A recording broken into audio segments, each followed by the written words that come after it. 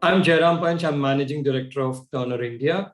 I'm a management professional with 3 decades of overall experience in Indian and international working environment, primarily in real estate, infrastructure, and construction.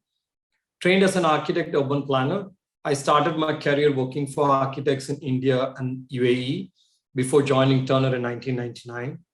I had an opportunity to establish Turner brand in India since its inception in 2007, and I've served in various capacities, right from project-based roles to management role currently, steering Turner into a prominent and envious position of being a leading project management consultancy in India.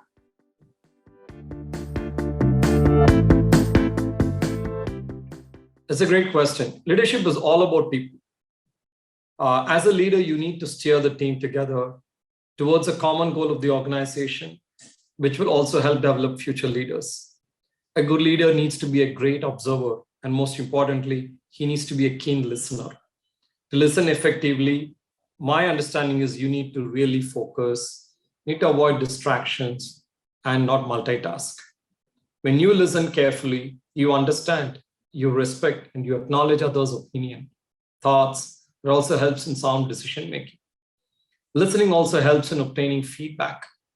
And I would really say feedback is extremely important in any industry that you are, and feedback helps in feed forward.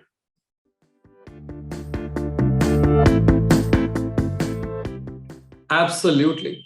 Delegating tasks to employees will make them feel involved, engaged, committed, not just on the task, but their sense of commitment and loyalty to the entire organization. When you delegate tasks, you should also empower the team to take decisions. Remember this cardinal rule I keep telling my team always: when you delegate, do not micromanage.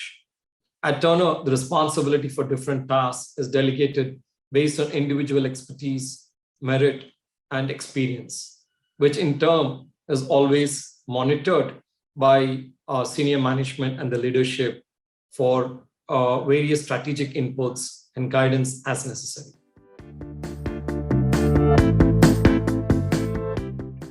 I've heard about several leaders talk about what they think about leadership, and if you were to read them, all the big industrial, the political leaders, as well as many, I would call it as inspirational leaders in country and abroad. But something that I believe very strongly is leadership is about believing in yourself and believing in your team, that together we can move mountains.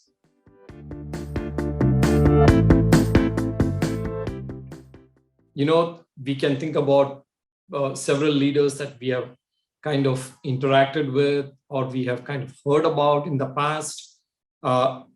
We can also draw parallels between running businesses that we are doing and sports when it comes to leadership. The reason I pick sports here is I strongly feel when you're in a match, be it a football match, cricket match, or anything that you do, you apply almost all principles of management: teamwork, commitment, crisis management, playing to your strengths, motivation, the need to bounce back and the ability to bounce back, etc. With such fierce competition that we have, I think one must watch the situation and act swiftly. Several sportsmen come to my mind, but someone that strikes my mind is none other than MS Dhoni, for his calm, composed, excellent body language, both in success and failures, taking the team together, being a wicket keeper, standing behind the wickets all the time, and taking care of the entire captaincy is no joke.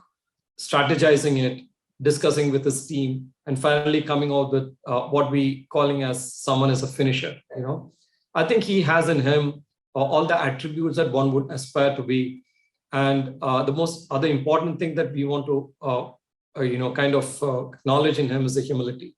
Coming from a very small town and what he has accomplished, I think has really moved a lot of business people like us.